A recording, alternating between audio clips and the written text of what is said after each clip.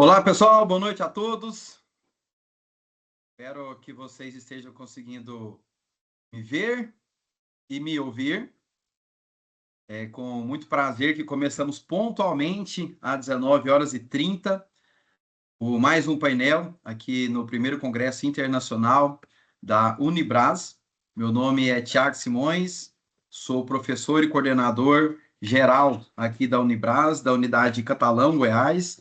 Para quem não conhece, Catalão fica no sudeste goiano, bem próximo à divisa com Minas Gerais. A Unibras aqui tem alguns cursos, eu sou coordenador do curso de administração e além de ser o coordenador geral. O pessoal consegue me ouvir? Consegue me ver? Tudo tranquilo? Ó, vi aqui no PIR que tem um okzinho, então tá todo mundo ok, todo mundo tá me vendo. Primeiro, eu vou fazer uma abertura oficial. Esse painel já está sendo gravado, então a gente tem acesso à gravação aqui pelo Teams e também futuramente pelo YouTube. E vou explicar para vocês como vai funcionar a nossa programação, as formas de vocês comunicarem com a nossa palestrante e como a gente vai desenvolver essa noite de hoje. Antes de mais nada, quero desejar boa noite a todos. Sejam todos muito bem-vindos ao primeiro Congresso Internacional da Unibras. É um prazer ser o intermediador dessa palestra de hoje, desse painel de hoje. É com muita satisfação que a gente apresenta para vocês mais um grande palestrante que vai falar para vocês sobre um tema muito interessante. Agradecemos a participação de todos os inscritos da nossa palestrante e informamos que, nesse momento, já temos 53 pessoas online para assistir essa apresentação. E temos mais de 200 inscritos, então, no decorrer dessa minha apresentação inicial, a gente vai ter uma participação grande das pessoas entrando aqui. Só para vocês saberem como vai funcionar, aqui na tela de vocês embaixo, tem um botão escrito PIR. Esse botão PIR é o nosso chat.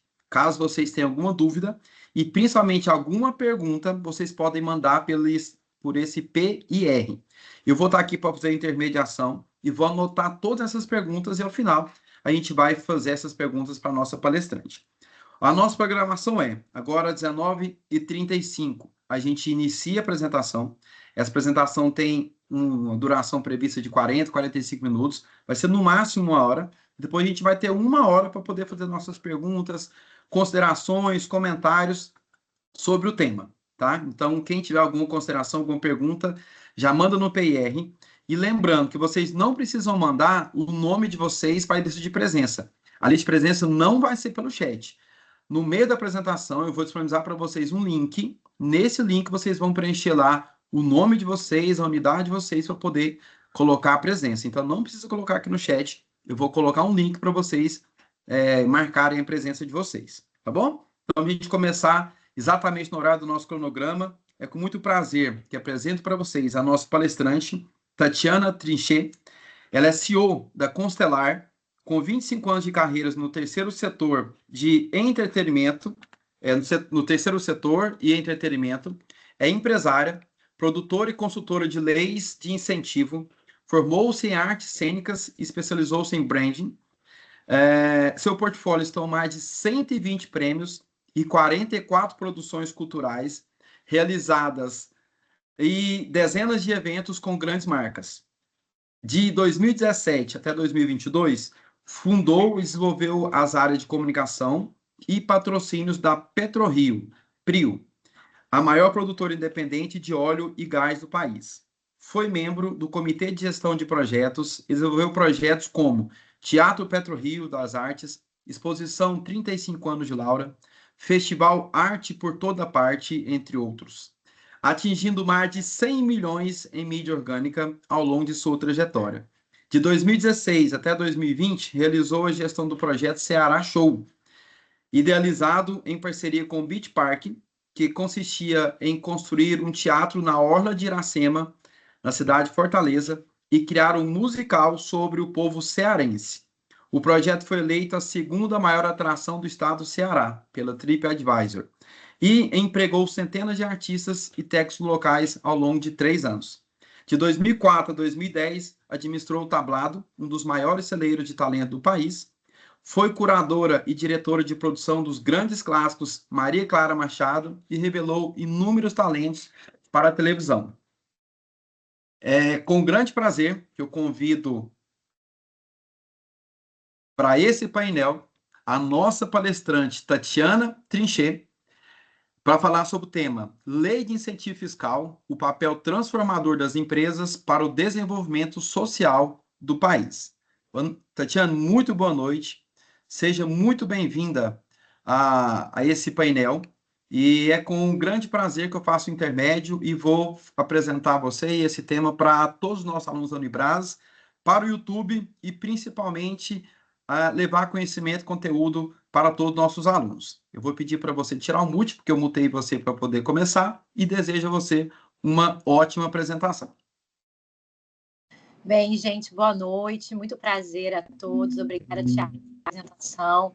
Queria agradecer aos diretores, organizadores, alunos e professores da Unibras, é uma honra participar desse primeiro congresso internacional.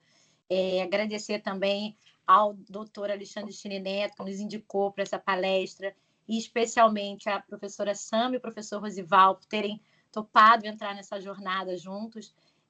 Para a gente falar sobre saberes, inovação, tecnologia e refletir, né, com inovação para a transformação social do país, está no DNA das minhas empresas, e são elas que eu vou apresentar hoje aqui para vocês, com um case, né, explicando exatamente como é esse processo de incentivos que a gente trabalha dentro das empresas.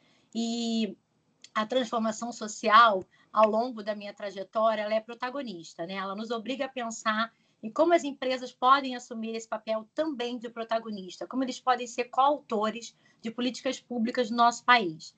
Então, é sobre isso que eu vou falar, sempre focada no o imposto devido, como a gente chama, vocês vão ouvir muito esse termo ao longo da trajetória, né? O que é o imposto devido? É o imposto que a empresa deve pagar ao governo, e aí ela também pode tirar parte desse percentual e transformar em projetos sociais. Então, a gente vai falar bem sobre isso hoje. Vou me apresentar um pouquinho, né? O Thiago fez uma belíssima apresentação, mas eu estou no mercado, nessa jornada há 25 anos, sou CEO da produtora Constelar e fundadora da Conceito, que é essa consultoria e inovação tributária, uma taxitech especializada em leis de incentivo fiscal, com a missão de transformar tributo em investimento social estratégico. Trabalho no terceiro setor há todo esse tempo e percorri diversas posições que me trouxeram até aqui. Tudo começou com um sonho apenas de ser atriz e hoje já tenho a minha terceira empresa voltada para o setor do entretenimento. Né? Criei o método de gestão 360 graus, que é esse que a gente apresenta para vocês, de toda a esteira do incentivo, e a gente traz muito nesse papel de inovação e transformação social, que para a gente é uma obrigação, é uma missão conseguir ter mais e mais empresas, colaboradores adeptos desse raciocínio de utilização das leis de incentivo. A Constelar e a Conceito, essas empresas que eu vou mostrar hoje aqui, nasceram para conectar empresas, projetos e a sociedade por meio das leis. Nossa missão é clara: transformar tributo em investimento social, cultural e reputacional estratégico. Entendemos que o setor privado não pode ser apenas espectador do Estado. Ele precisa agir, ele precisa ser um realizador também de políticas públicas. E nosso método consiste em desmistificar os mecanismos de incentivo, ampliando a oportunidade na jornada de todos os envolvidos, a partir de um sistema legal que mensura impactos diariamente. Nossa metodologia já patrocinou mais de 50 milhões em projetos e já tivemos aí 100 milhões de retorno em mídia orgânica. Vocês vão entender como ao longo dessa apresentação, que para a gente é um orgulho.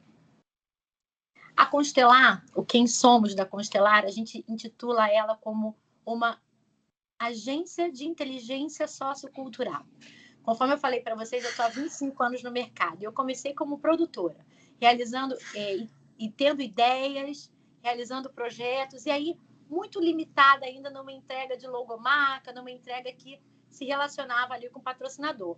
E a partir de um dado momento, que eu vou mostrar nessa jornada, há cerca de 8 anos, nós mudamos essa estratégia. Nós passamos a assinar como uma inteligência sociocultural. Por quê? A gente não só mais leva projetos patrocinados para as empresas, a gente leva também a projeção de alto impacto através das leis de incentivo para a transformação social aliadas às metas ESG. E aí eu vou mostrar os objetivos de desenvolvimento sustentável da ONU. Essa empresa que tem aí alta performance, reputação, já entregou mais de 44 projetos.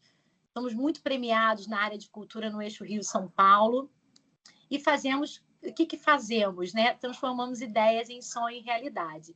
E não só as nossas ideias, e não só as ideias de parceiros, produtores. Nós transformamos a ideia das empresas. Hoje, quando a gente entra com a nossa consultoria, o nosso primeiro diagnóstico é entender quais são as oportunidades de gerar projetos proprietários para as marcas. E é possível através do mecanismo de incentivo.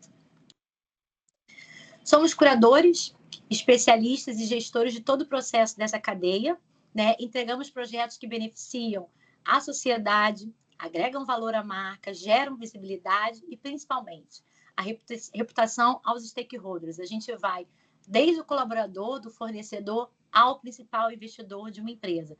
A gente atende toda a cadeia, muitas vezes com contrapartidas que são igualitárias, e outras vezes sendo pensado e elaborado especialmente para cada nicho que a gente quer atingir.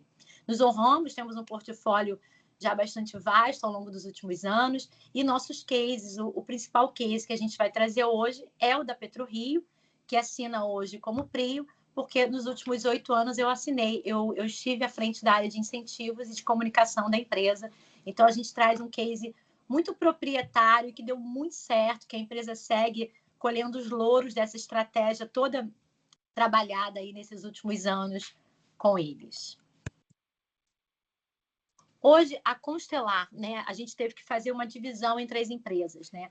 A Constelar, ela está na área de diagnóstico de oportunidades, gestão de incentivos, curadoria, gestão de projetos e criação de projetos proprietários, além da área de comunicação e ESG voltada para os projetos incentivados, e também a criação de eventos. Quando a gente coloca eventos corporativos, não são festas, né? São eventos que potencializem a união de projetos com a empresa. Então, diversas vezes a gente, no case PetroRio, né, a gente levou artistas consagrados para tocar nas plataformas para os colaboradores que ficam embarcados 15 dias. Levamos investidores para ver uma orquestra dentro da plataforma. Realizamos a primeira luta de jiu-jitsu numa plataforma de petróleo com o atleta Flávio Canto, que tem um projeto social belíssimo chamado Reação. Então, a gente trabalha de maneira muito disruptiva nesse processo de incentivo.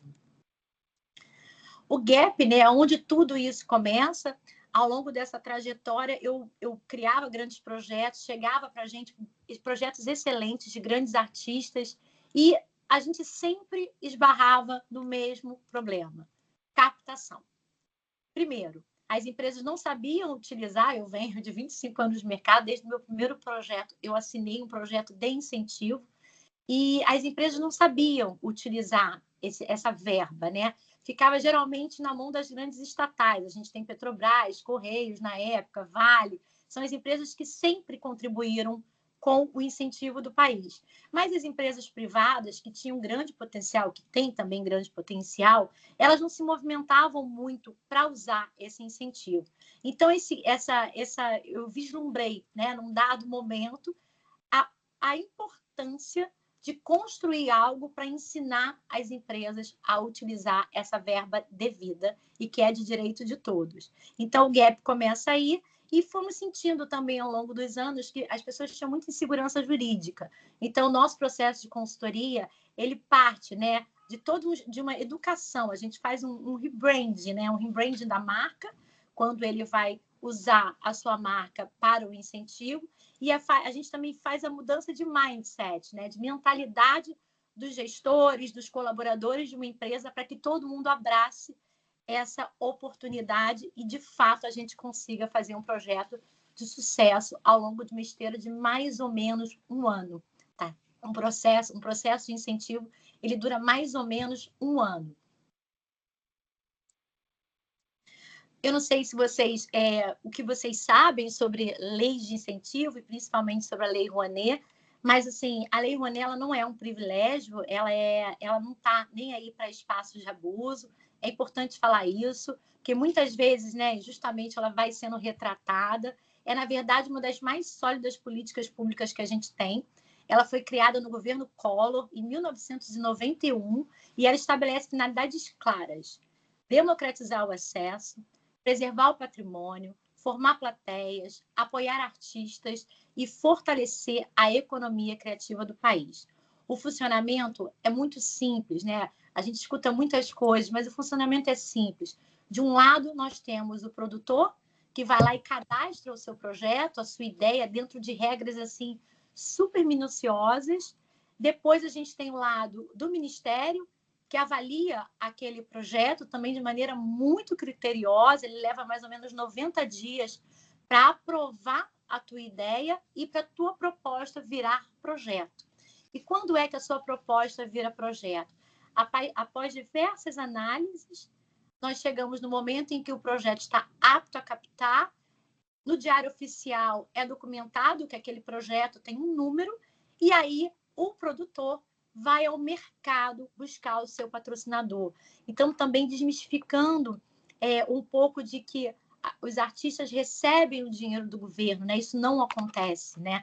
Na verdade, é um mecanismo fiscal onde o produtor enquadra seu projeto, o Ministério aprova o seu projeto, e aí a gente vai para o patrocinador, e esse patrocinador, depois de um tempo, depois de uma contratação, ele começa a recolher os louros desse processo. Primeiro, ele escolhe entre pagar o governo ou transferir esse imposto devido para projetos socioculturais e esportivos.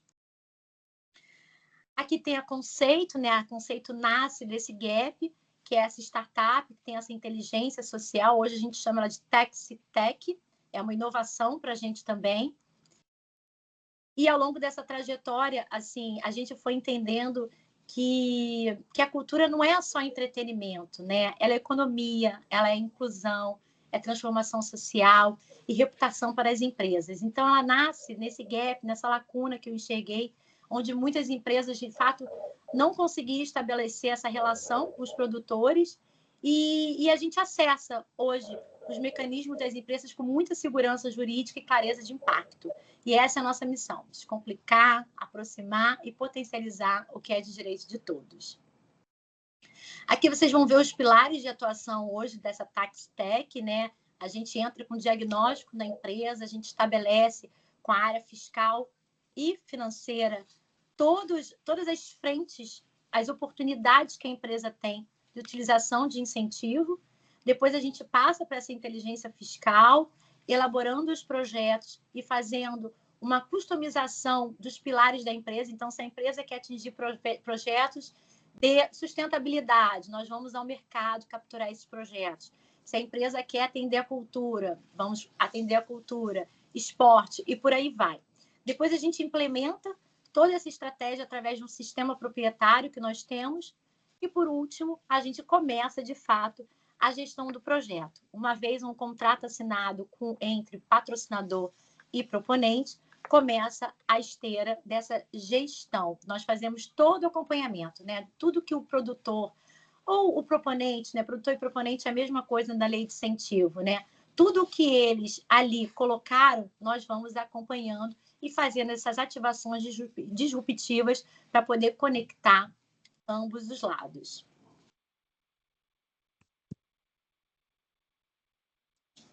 Os nossos desafios, né? A gente acredita que esse estado pós-moderno é marcado pela globalização, multiplicidade de atores não estatais e comunicação em rede. Nesse cenário, o setor privado não pode apenas ser espectador, como eu já falei aqui para vocês. Precisa ser coautor. O direito pós-moderno nos ensina que precisamos de novos arranjos institucionais e que o empresário pode escolher essa parte do seu imposto para gerar ainda mais impacto, né? As leis de incentivo fiscal são expressão dessa lógica, criada pelo Estado em 91 e geridas com transparência e fiscalizadas pelos órgãos competentes. Elas permitem que o empresário direcione parte do impacto do imposto devido para projetos culturais, sociais e esportivos. Não se trata de caridade ou filantropia. Trata-se de estratégia inteligente de gestão tributária. É sobre isso que estamos trabalhando aqui.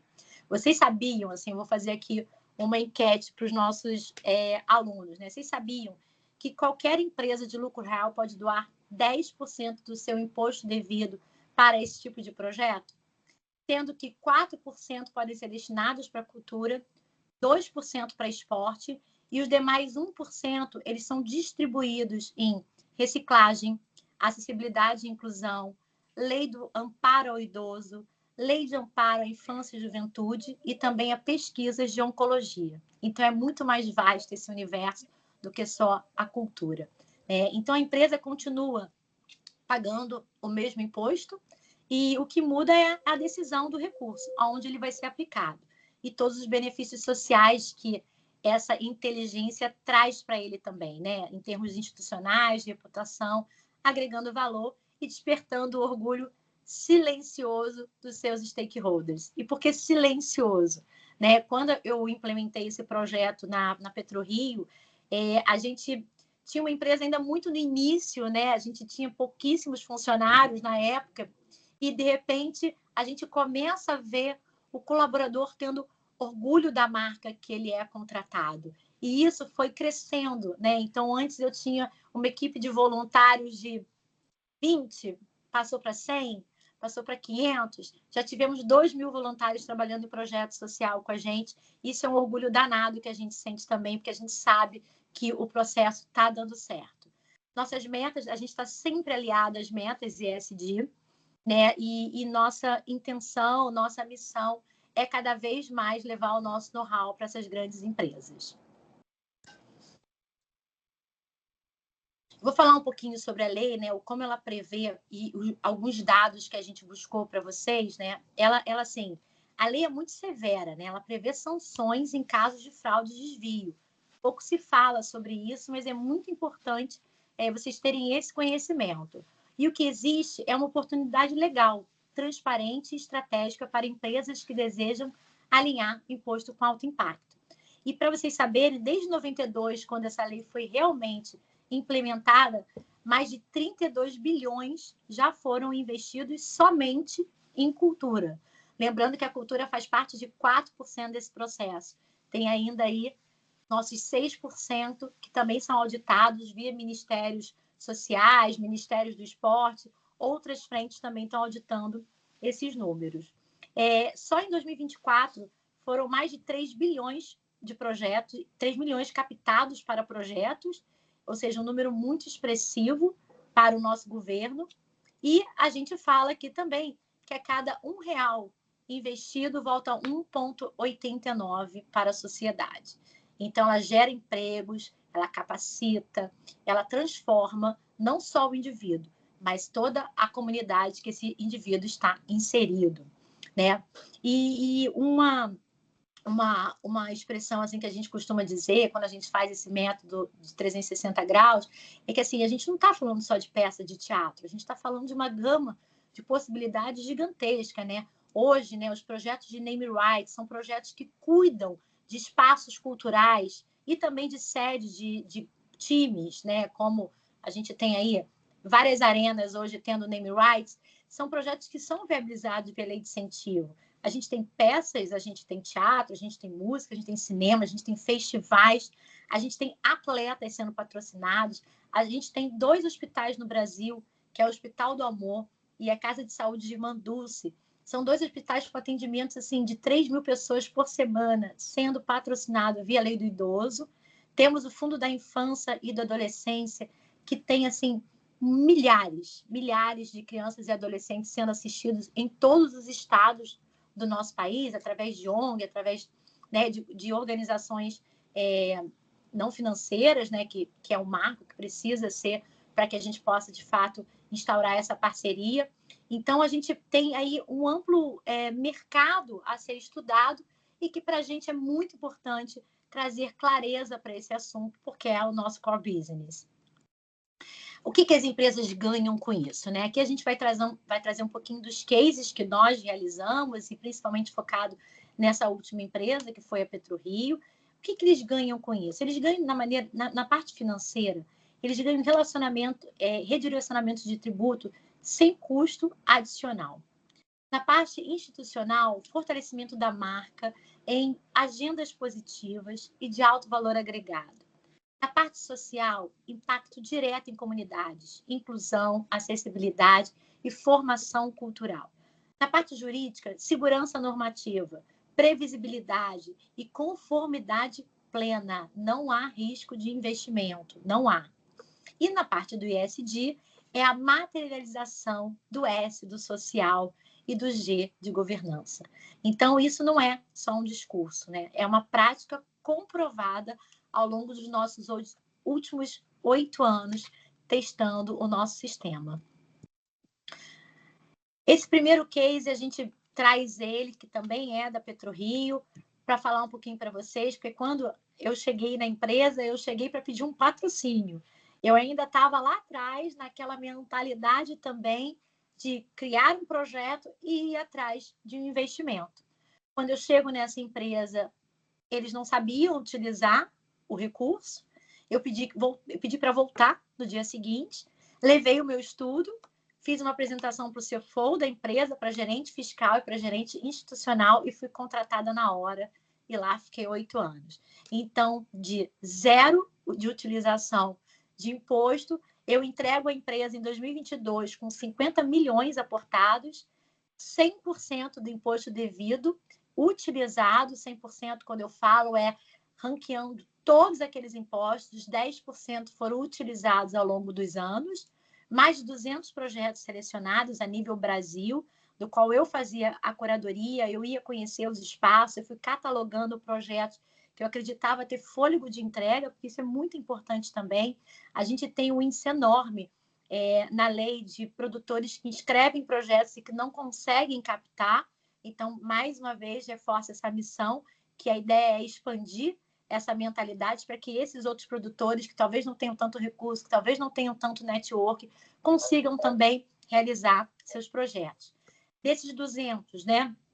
Na verdade, assim, foram mais de 200 projetos que a gente recebeu, 200 selecionados e 50, de fato, finalizados, né? Contratados ao longo desses 5 anos. Foram mais de 20 mil colaboradores impactados e mais de 100 executivos trabalhando para essa transformação social. Um retorno de mídia mensurado e auditado de 100 milhões em mídia orgânica. Só um projeto, eu trouxe o case para vocês. Ele recebeu 23 milhões em mídia orgânica, com 1 milhão só investido pelo patrocinador. E a gente tem aí uma marca de mais de 200 mil pessoas beneficiadas. Assim, muito por alto essa marca. A gente acredita que, ao longo dos anos, a gente já ultrapassou, dobrou esse número. Vou mostrar um vídeo para vocês, que é um case também que é super possível de ser feito dentro da lei, né? Quando você fala de entregas para o patrocinador, você tem que pensar em todo o branding, em todo o ecossistema de comunicação. Então, mais uma vez, não estamos mais falando de um mercado que aceita só uma logo de contrapartida ou um convite para assistir à produção. A gente fala de um brand estratégico pensado para que o projeto, ao longo da sua jornada, ele esteja realizando diversos marcos para a sociedade e para a imprensa. Vou soltar esse vídeo para vocês verem, foi todo feito com lei de incentivo.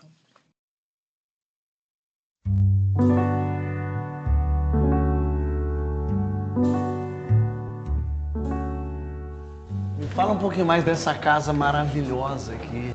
Isso aqui é original, essa escada? Tudo original. A gente não modificou absolutamente nada. Fizemos uma pequena obra para ajustar os pontos que faltavam. E, na verdade, essa casa foi doada em 1983 pela Laura.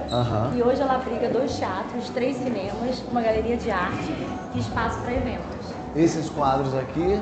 Tudo era acervo de Laura. Ah, isso ali também? Todos. A gente catalogou 4.000 obras. Uau! Trouxemos uma equipe de museologia incrível e, junto com a Funarge, catalogamos absolutamente tudo.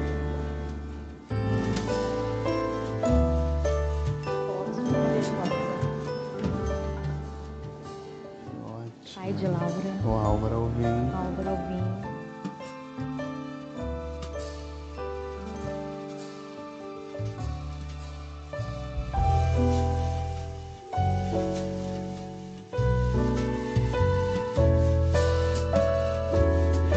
dizendo, a Prio, ela abraçou a Casa Laura Alvim, a história da Laura Alvim, mais do que tudo, né? Enaltecendo, assim. A Prio vem abraçando grandes centros de cultura da nossa cidade. Nossa missão é retribuir à sociedade tudo aquilo que recebemos, considerando o quanto a arte transforma a vida das pessoas. Em 2017, quando eu tive a ideia, eu rascunhei um projeto e levei para a Prio. Na hora eles abraçaram. Só que a gente demorou 5 anos para conseguir o direito de fazer esse projeto com essa magnitude, envolvendo a área de museologia da Funarge.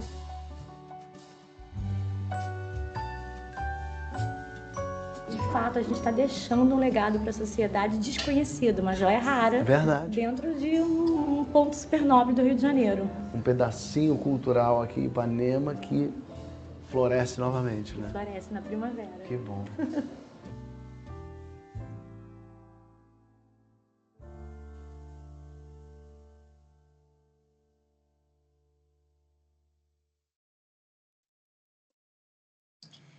Esse é um case que a gente considera muito importante, porque ele envolve diversos stakeholders. Em 2017, eu entrei na Casa de Cultura Laura Alvim, para quem não é do Rio de Janeiro e não teve a oportunidade de conhecer. É um bem, uma casa extremamente linda, na Vieira Souto, a última casa da Vieira Souto. E eu entrei nessa casa e pensei, quem é Laura Alvim? Não sabia quem era Laura Alvim. Eu já tinha entrado ali inúmeras vezes e nunca tinha me feito essa pergunta. Então, de 2017 a 2021, eu fui buscar recursos para conseguir fazer a revitalização dessa casa. E não só fizemos a revitalização, como a gente trabalhou, né, na catalogação das peças de arte que estavam ali. A gente recebeu 4.500 itens que não estavam catalogados. Nós fizemos esse trabalho de catalogação junto a uma equipe de museologia e entregamos ao governo do estado do Rio todo esse processo digitalizado que hoje todas as pessoas conseguem ter acesso. Nós criamos uma exposição que era para ficar 3 meses e acabou ficando 8 meses devido ao sucesso. Nós criamos performances que eram aproximadamente 32 apresentações e nós entregamos 180 apresentações. Criamos uma rádio, a Rádio Laura. Foi uma rádio que ficou em cartaz durante 1 ano, durante a nossa estadia nessa casa, com programação diária musical, com entrevistas com artistas e personalidades da economia criativa. No próximo slide, vocês vão ver que a secretária de Cultura do Estado do Rio de Janeiro nos concedeu uma entrevista, o deputado Áureo também, e por lá passaram diversos artistas, e a gente foi crescendo tanto com essa rádio que a gente fechou uma parceria com a Orquestra Sinfônica Brasileira, que fazia um projeto de educação musical aos domingos pela manhã, sempre transcrevendo atos musicais e falando um pouco sobre seus compositores. Então, a gente tem um orgulho danado desse projeto, assim, porque ele foi além, né, de uma ideia de só explicar ao mundo quem era Laura Alvim. Ele conseguiu criar um verdadeiro movimento transformacional que gerou ali grande impacto no entorno dessa casa. Nós encerramos esse projeto com a presença da Fernanda Montenegro, que descobrimos na nossa pesquisa sobre Laura Alvim que Fernanda tinha sido a principal responsável pela ajuda de Laura Alvim doar aquela casa para o governo do estado. Fernanda assina o testamento de Laura e entrega essa casa depois, né, após a morte de Laura. Laura já tinha assinado. Após a morte de Laura, essa casa passa a ser do estado com 2 condições: que nunca tirasse o nome de Laura da fachada e que sempre atuasse como centro de cultura. Nossos projetos, eles atingem todas as metas ESG de inclusão e acessibilidade, né? A gente, quando ganha um patrocínio, automaticamente a gente traz uma contrapartida pensando na comunidade local. Então, nesse projeto Laura Alvim, como em diversos outros que a gente já trabalhou, nós criamos oficinas teatrais, oficinas musicais, oficinas que também tragam, né, o entorno para dentro do nosso espaço e que capacite, né, que tire essa criança do contraturno ou adolescente do contraturno para que ele possa ter uma nova experiência, uma nova oportunidade. conforme eu falei, né, todos têm acessibilidade física, visual, tátil, então é um projeto para todos. No nosso pilar, né, a gente tem sempre alguém responsável pelas áreas sociais, que são trazer as pessoas para o nosso local com visitas guiadas, sempre assim, com arte e educação, ou com palestras sobre o assunto quando o público é um pouco mais velho. Então, a gente mescla muito isso. Eu não sei se vocês sabem, existe um problema muito grande no Brasil, que quando você convida crianças e adolescentes, ou até pessoas com deficiência, para irem ao seu projeto, a maioria não tem transporte. A maioria não consegue chegar até lá. E aí, nos nossos projetos, a gente também está sempre abarcando a questão do transporte.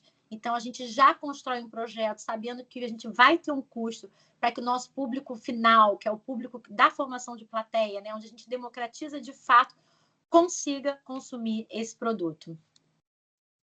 Aqui um pouco de comunicação, né? Nossos projetos estão sempre sendo visitados por grandes artistas. A gente acredita nesse poder também de capilaridade, né, que se tem hoje, principalmente com a questão do digital. Então, a gente faz projetos que tenham alto impacto e que, ao mesmo tempo, viralizem.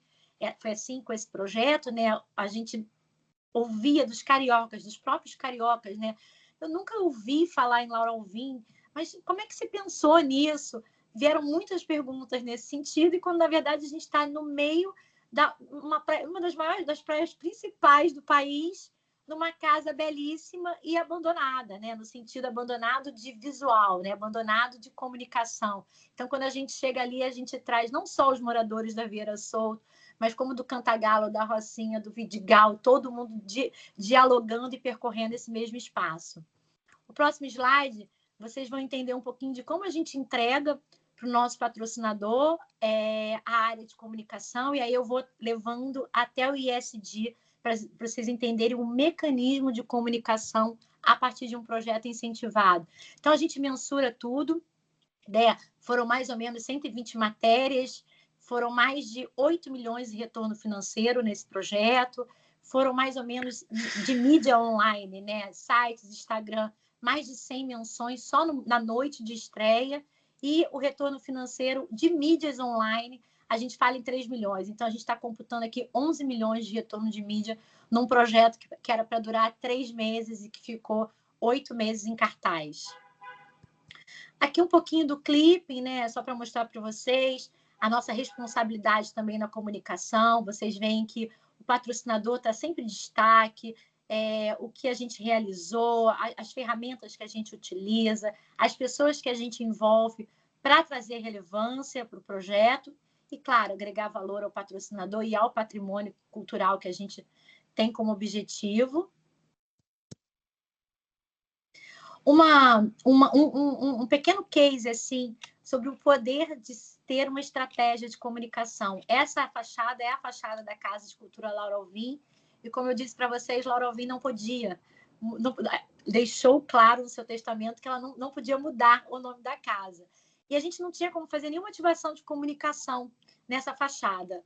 E aí a gente criou uma tela de LED que está aqui nesse pontinho vermelho, que é translúcida, uma tela em que o público de fora consegue ver a obra de arte que está dentro da galeria, mas, ao mesmo tempo, ele está sendo munido de informações da programação da casa, e a gente atingiu mais de 14 milhões de veículos ao longo dos 8 meses.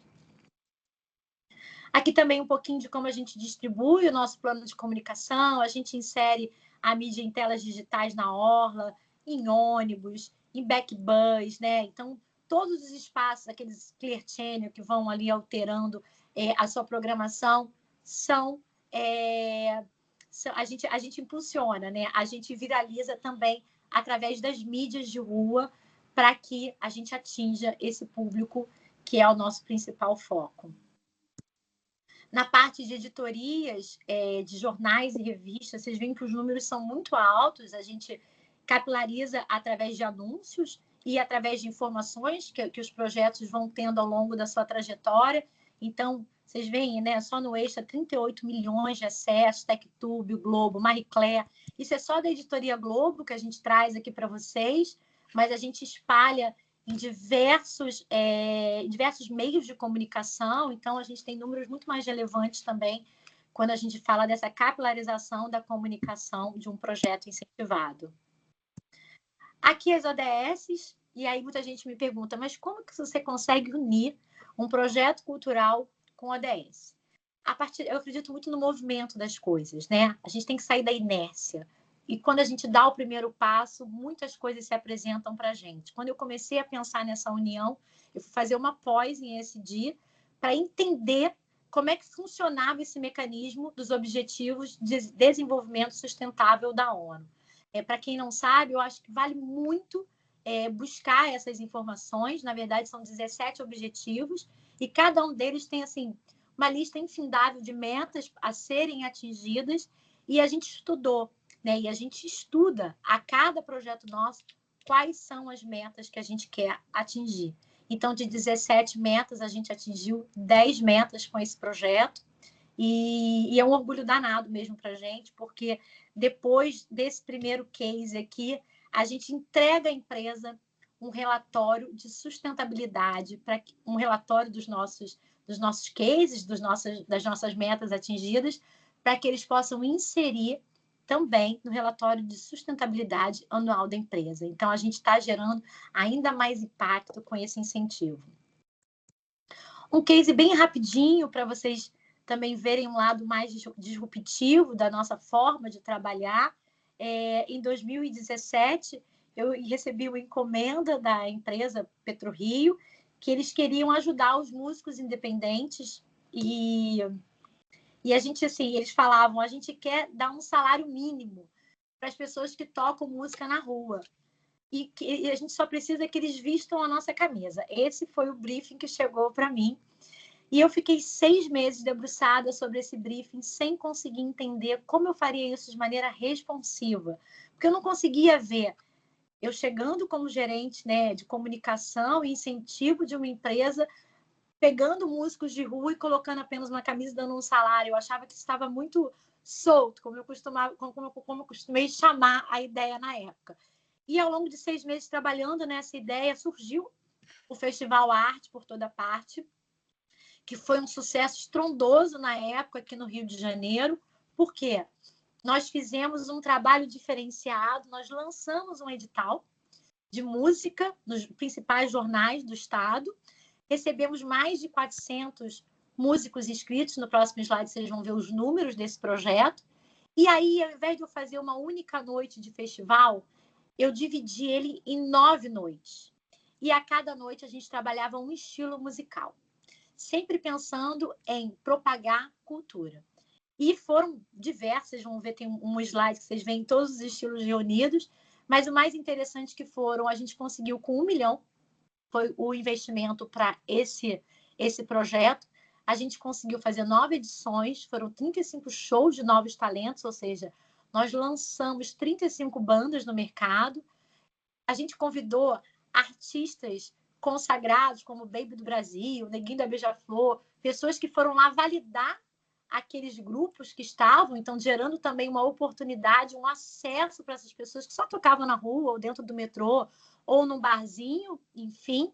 Tivemos esses 24 jurados, vocês podem ver na tela.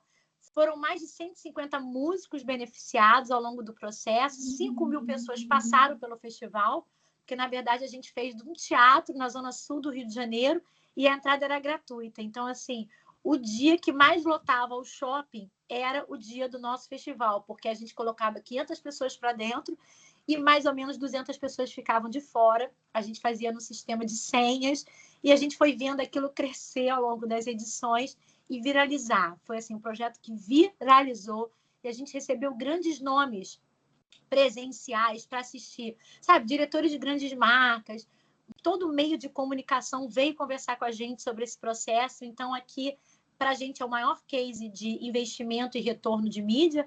A empresa investe 1 milhão e tem 23 milhões de mídia orgânica auditado. Aqui um pouquinho dos jurados, vocês viram. E aqui esse nosso cuidado que a gente sempre tem com os nossos projetos, que a imagem do projeto fale por si, né? A gente buscou, nesse festival, o Rafa Castro, que é um mega grafiteiro, ele faz o grafite do Rock in Rio, a gente convidou ele veio também com todo carinho aqui, também ajudou a gente a construir esse festival.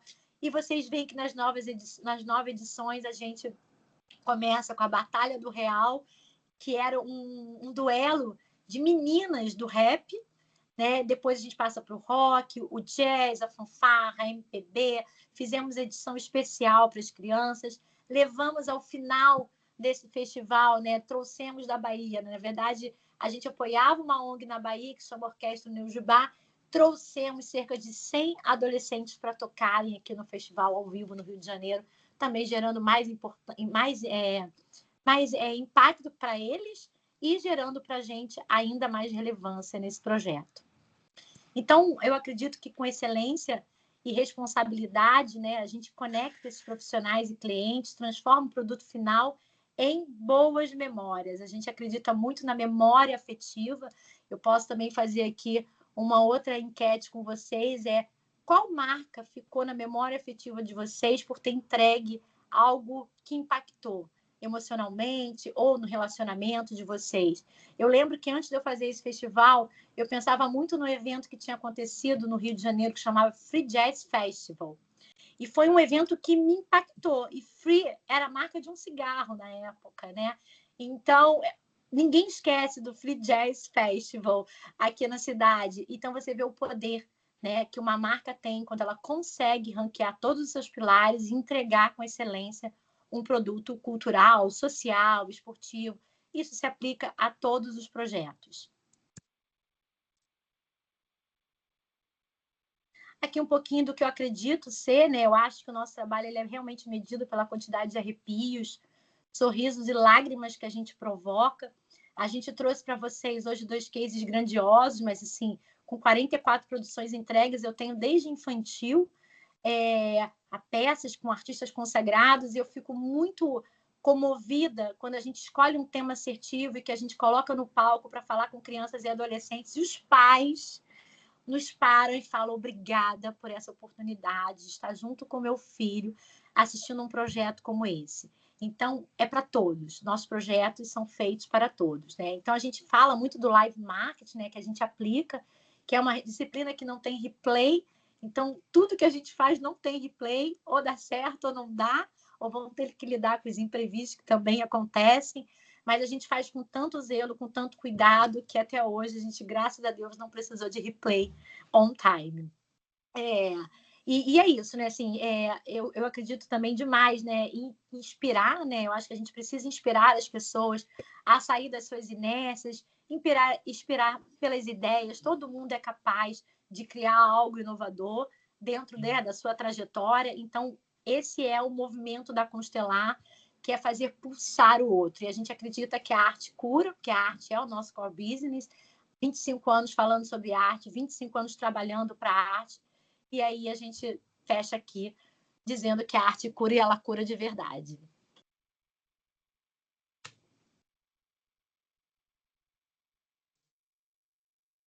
Thiago?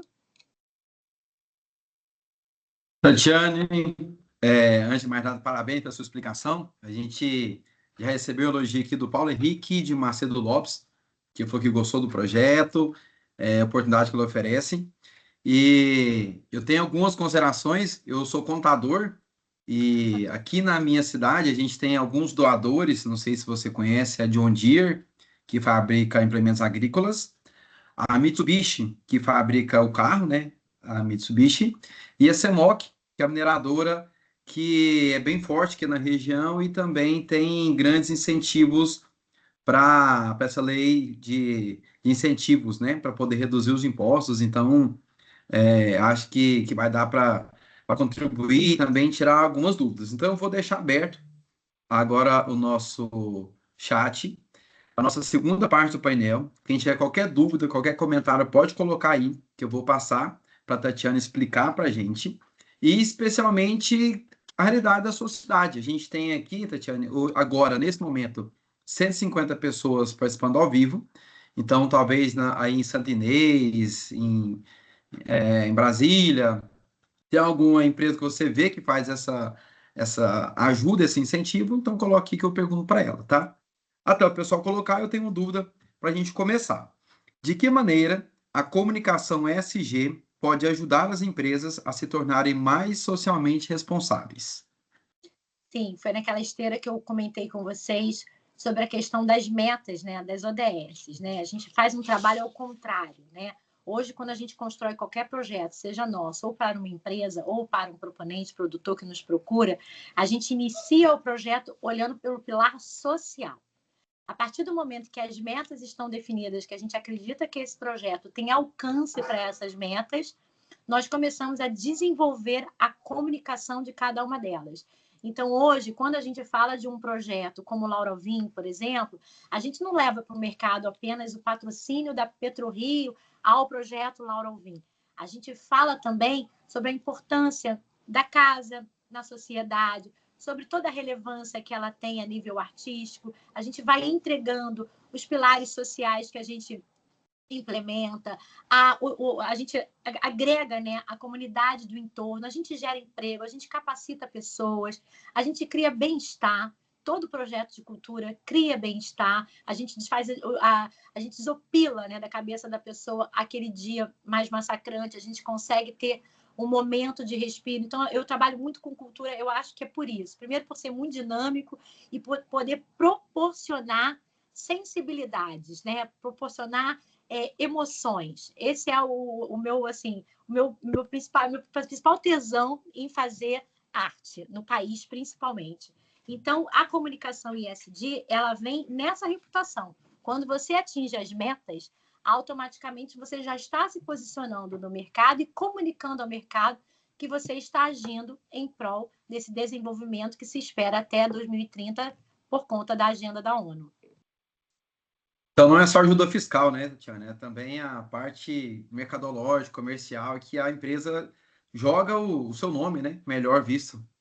Exatamente. Muito melhor visto, né? Hoje você sabe que as empresas que estão trabalhando ESG, elas estão muito melhores ranqueadas. Inclusive, as suas ações estão valendo mais do que empresas do mesmo setor que não estão agindo de forma responsiva. Então, assim, agora está na balança ali de ação. Quando vai para ação, a gente vê que começa a mexer um pouco no mecanismo das empresas, né? E, por exemplo, essa nova geração muito mais antenada na parte sustentável, né? Já escolhem marcas que têm a sustentabilidade na sua essência. A gente viu, nos últimos anos, uma mudança muito grande no paradigma do marketing, né? Principalmente. As marcas pararam de focar somente, né, no me vista que você será o máximo, né? Me vista que você terá a essência, né? Então, tudo muda, tudo se transforma quando as empresas, de fato, conseguem fazer de maneira responsiva, transparente e com alto valor de comunicação. Excelente. Tatiana, eu tenho uma pergunta aqui agora da Renata Gomes dos Santos. Por que artistas amadores têm dificuldades ao acessar incentivo cultural financeiro? Ótima pergunta, Renata. Excelente, Renata. Excelente sua pergunta. Foi por isso que a gente, né, começou o trabalho de consultoria. Esse era um problema que eu tinha, né? Eu venho de 25 anos de mercado, mas, assim, nos últimos 15 anos, eu não sabia fazer isso também de uma maneira tão estratégica, né? Eu batia nas portas, eu pedia investimento e muitas vezes eu levava não e algumas vezes eu levava um sim. Tem um projeto nosso que eu guardo até hoje o Excel dele, porque a gente tem todo um sistema para isso, né? Então, a gente coloca ali todas as empresas que a gente prospectou. Um projeto eu bati em 80 empresas. Eu levei não de 80 empresas. E uma empresa, num ano, me falou assim, eu tenho 20% do valor que você está pedindo. E aí eu devolvi. Eu falei, eu não posso pegar, porque eu só posso fazer ele com 100%. E no ano seguinte, a empresa me deu 100%. Então, essa é a questão dos amadores, que para a gente é muito importante. Quanto mais empresas souber como utilizar esse imposto, mais chance a gente tem que os amadores também consigam entrar nesse sistema. Então, é para isso que a gente faz a nossa consultoria. Ana, eu vou até complementar. Aqui na nossa cidade, como tem essas empresas que fazem esse levantamento, a gente até que tem a receita, mas há tanto os atletas amadores, no meu caso aqui, eu mexo mais com esporte, tanto os profissionais de cultura, eles não conseguem atender a documentação exigida, que também é um problema sério, né? Assim, a forma de documentação do sistema hoje do Ministério, eu estou falando só de Ministério, mas essas leis se aplicam tanto na esfera estadual quanto municipal, né? Eu trouxe uma abrangência federal, mas cada estado e alguns municípios têm também mecanismo de incentivo. No Rio de Janeiro, a gente tem a lei do ICMS, que ela é deduzida também 4% do imposto devido do patrocinador, e a lei do ISS, que é Imposto sobre Serviço, que é deduzido 3% do imposto do patrocinador. Quando a gente fala que essas pessoas não conseguem atingir pela documentação, aí sim entra o que eu falo, que a lei ela é completamente transparente, ela tem segurança jurídica. Porque se ela não tiver, na primeira etapa, confiante, né, lá o sistema do SALIC, né, chama SALIC Web, o sistema do Ministério da Cultura. Se ali, na primeira etapa, ela não vê a confiança da empresa que está se inscrevendo, porque é um cartão de CNPJ, é um estatuto, são os documentos legais, né, que uma empresa, para existir, deve ter. Há mecanismo também de você fazer pela pessoa física. Existe uma redução do valor a ser captado, mas você também pode fazer por pessoa física. Essa documentação é natural, é como qualquer processo de edital público, de licenciamentos, né? Ela é natural. A sua empresa tem que estar correta, com todos os impostos pagos para receber o benefício. Então, eu falo muito para as pessoas, né? Eu já li e reli milhares de vezes a instrução normativa. A cada mudança da lei, a gente está acompanhando aqui o tempo inteiro. Então, assim, não deixem de estudar o mecanismo, porque às vezes vocês têm um projeto social na cidade de vocês que ele super se enquadra no sistema de incentivo. Eu vou dizer assim, né? Eu vou dar um plus aqui para vocês. Quando você cadastra a primeira vez um projeto na lei, se você não tem um background de cultura, de eventos entregues, você pode fazer um projeto de até 200 mil. Depois que esse projeto está captado e entregue a sua prestação de contas, você está liberado para captar até 6 milhões pelo seu CNPJ. Então, eu vejo a parte da documentação também como uma segurança, né, do governo, para que aquele patrocinador não tenha o risco de colocar o seu dinheiro numa empresa que talvez não vai entregar. Eu falei isso para vocês, lembra que existem muitos processos de proponentes que não conseguem captar e outros que não conseguem entregar por falta de conhecimento. Então, tem aí também um respaldo, né? Uma segurança do próprio Ministério. Daí é importante contratar uma empresa especializada, né? Com Exato. base nisso, eu tenho a minha segunda pergunta. Como que o seu trabalho pode influenciar futuros modelos de gestão de negócios, tanto no Brasil quanto globalmente? Assim, a lei de incentivo à cultura do país, do nosso país, ela é a maior de todos os países, tá? Não há nenhum sistema igual ao nosso em nenhum lugar do mundo. Nos Estados Unidos, os empresários se juntam para a Broadway, né? Que todo mundo aqui já ouviu falar na Broadway. Como é que ela é feita, né? Como é que ela é financiada? Diversos produtores, patrocinadores, investidores, não com a marca. Eles colocam dinheiro naquele sistema e ele é distribuído para os projetos que vão acontecer ao longo ali dos anos, das décadas. Na Europa, o governo subsidia o ingresso. O que é isso? Se seu ingresso custa R$100, o governo te dá a metade para você existir enquanto artista, enquanto companhia. Nesse mecanismo de incentivo, só existe no Brasil. Então, como que eu vejo, né? Como eu vejo essa potência?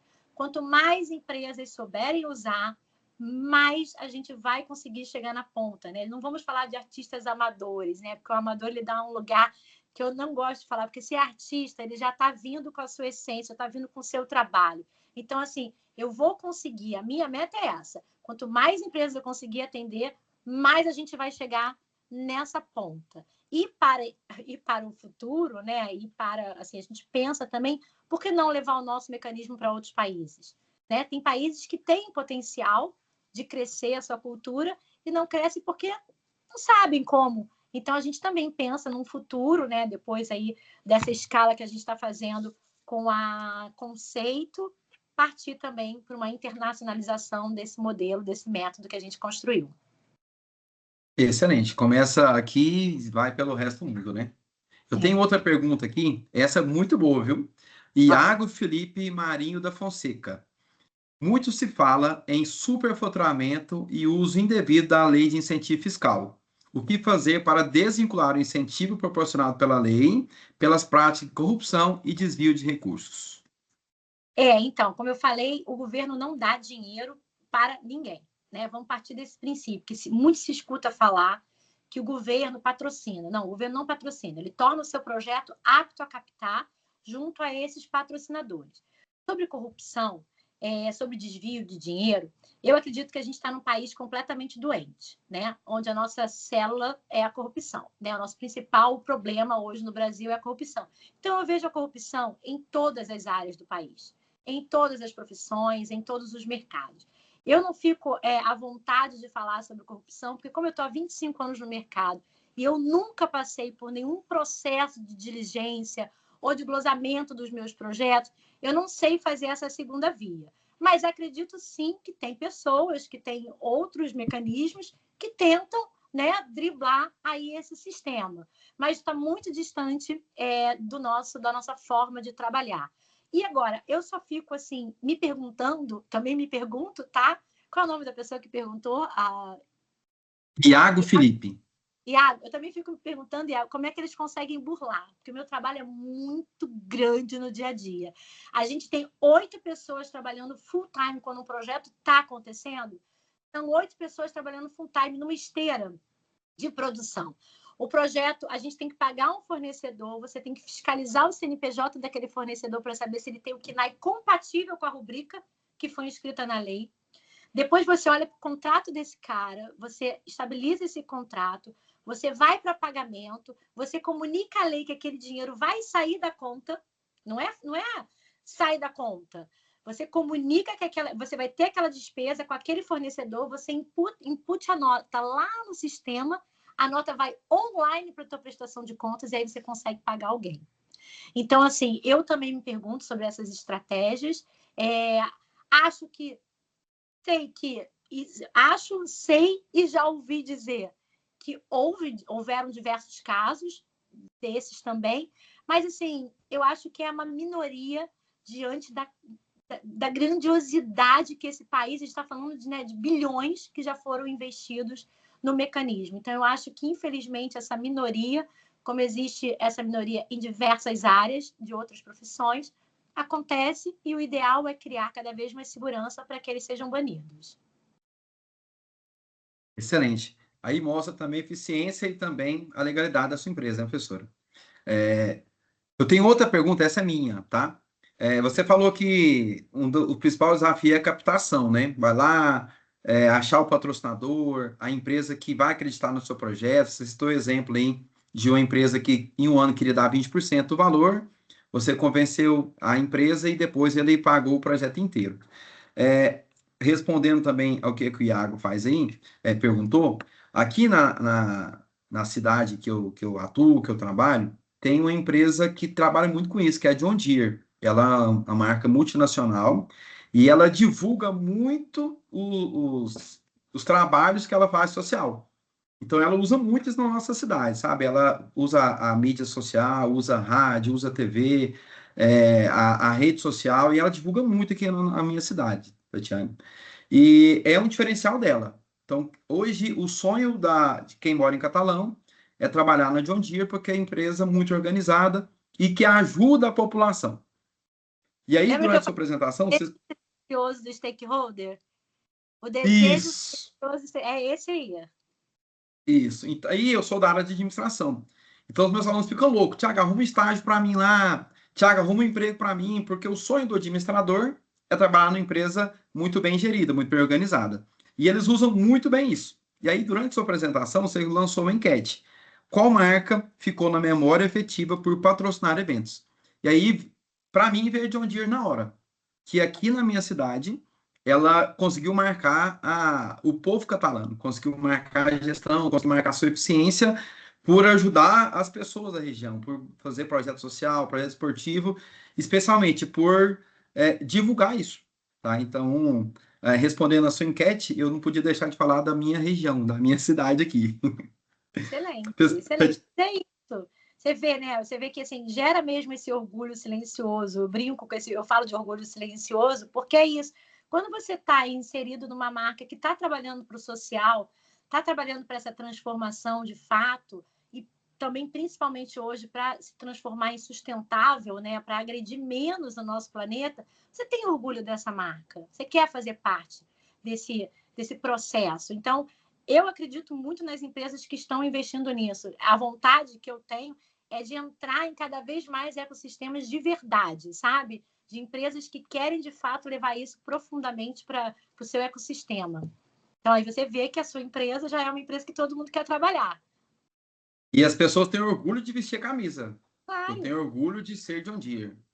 Claro. Aqui tem um termo que eles usam, cultura Deere. Então, eles acham o máximo fazer parte da cultura Deere. E, entre isso, ajudar as empresas, as pessoas aqui da região. Tatiane, o Iago fez também outra pergunta, essa eu nem imagino a resposta. Entidades religiosas também podem se valer da lei de incentivo para realizar seus eventos? Então, as entidades religiosas, elas têm CNPJs, né? O que a gente tem que analisar nesse momento, eu não vou falar de religião, mas se o CNPJ dessa entidade for compatível com as regras da lei, sim. Porque Nada impede, né? Eventos musicais, eles são de todos os tipos, né? Eu tanto trabalho um festival Arte por Toda Parte, que eu coloco lá do funk ao rap, do jazz, a fanfarra, como também se tem o direito das entidades que têm ONGs sem fins lucrativos, que a maioria das entidades religiosas tem CNPJ de ONGs sem fins lucrativos, eles também podem se valer da lei dentro das regras para conseguir a captação para os seus eventos musicais, enfim, eventos culturais, o que for. Aí é um processo entre CNPJ e Ministério, né? A gente nunca trabalhou, mas a gente, assim, super respeita. Já vi 2 projetos no Rio de Janeiro que tiveram um grande alcance, que foi 2 festivais de música evangélica, foram feitos através da lei, e acredito que foi tudo muito correto dentro do que se esperava. Não, excelente. Tatiana, só deixar um aviso aqui para os nossos alunos que estão participando. Eu já fixei no primeiro comentário do chat o arquivo para vocês registrarem a frequência de vocês. Então, tem um link lá, está escrito assim, registro de frequência no primeiro congresso, dia 22. Clica e coloca o nome, a unidade de vocês, vai estar registrada a frequência de vocês, tá? E quem tiver mais alguma pergunta, manda, que eu vou passar para a Tatiana responder. A minha última pergunta, Tiane, falando de um projeto específico. Aqui na cidade de Catalão, tem um projeto de ecoterapia, que as pessoas têm alguma deficiência, eles, com auxílio de cavalo, fazem lá a convivência e incentivam o tato com o animal, melhora funções de comunicação, pessoas com autismo trabalham muito com esse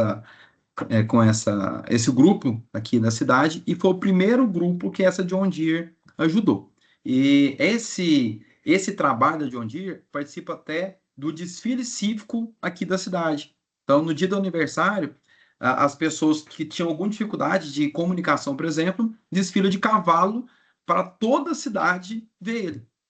Então, eles fizeram uma parceria, divulgaram a marca deles e ainda incentivou a pessoa a mostrar o trabalho que esse incentivo fiscal contribuiu.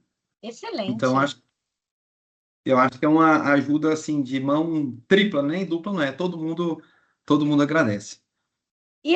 O Iago enaltece o cidadão, né? O deficiente ele já é tão está tão à parte da sociedade, ele já tem tanta dificuldade, né? A gente fala muito sobre isso na lei da acessibilidade e inclusão.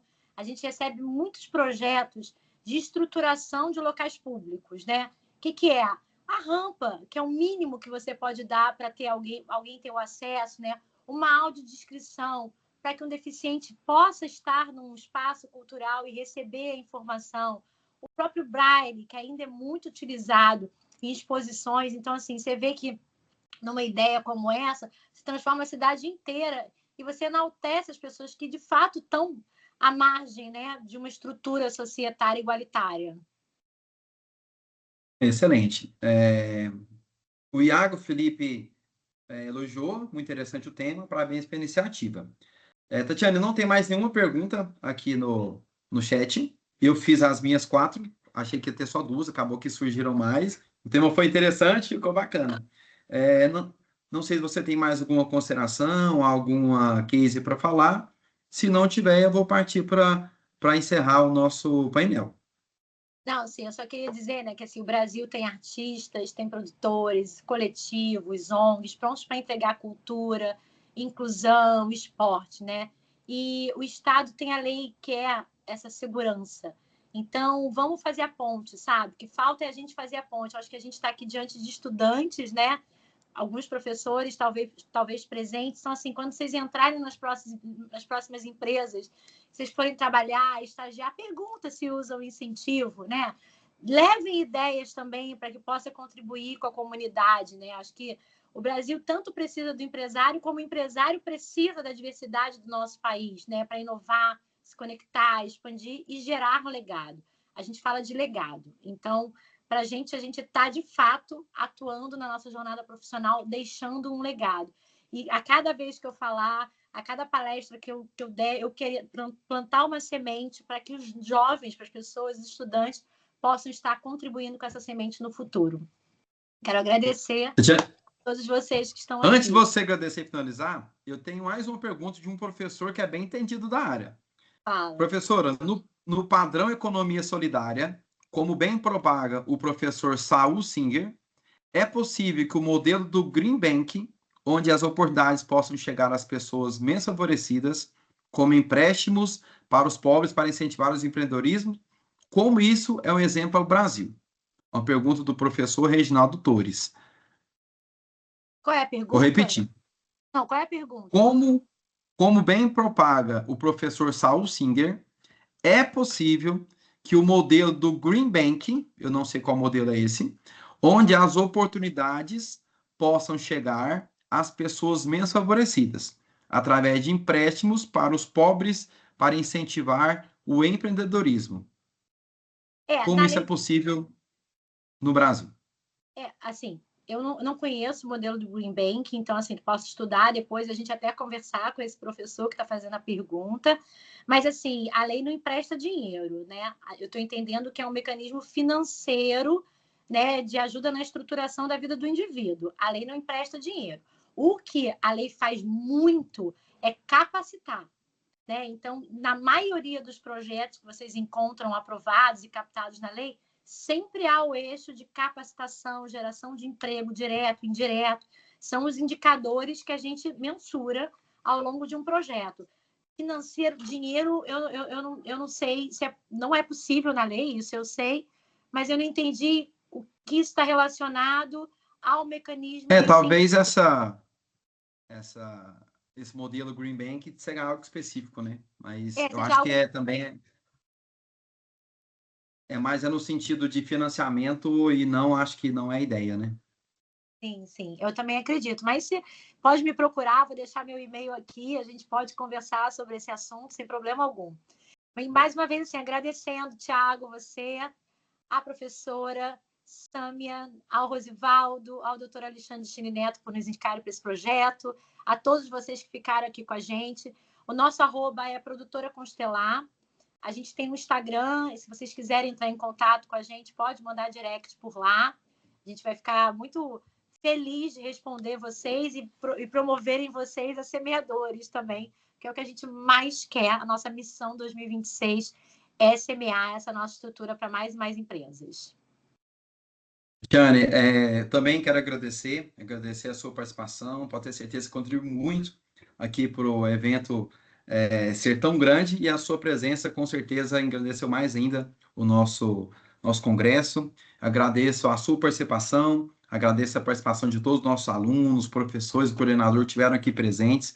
Com certeza a participação de vocês deixou muito melhor o nosso painel e também o nosso congresso. Agradeço muito a cada um que esteve aqui presente, desejo uma ótima noite para todo mundo que está aqui, aos nossos alunos que ainda não preencheram, tá aí no primeiro comentário do chat, entra lá e coloca o seu nome para poder marcar a sua presença. Professor Tatiane, mais uma vez, muito obrigado, desejo muito boa sorte e que Deus abençoe muito a sua jornada e consiga levar isso para fora do país, levar o nosso nome, e com certeza vai estar muito bem representado, tá? Fica com Deus. Obrigada. E, Thiago, espalha a nossa empresa aí em catalão, tá? A gente quer atender todos os seus... Vou trazer aqui para Catalão, pode ter certeza. Tá bom? Obrigada, O seu contador vai te representar aqui na região. Tá bom. Obrigada. Eu que agradeço. Boa noite, professora. Boa noite, Tatiane. Boa noite. Eu quero agradecer também ao Bruno Serrano, que auxiliou aí. A gente teve mais cedo. Obrigado, Bruno.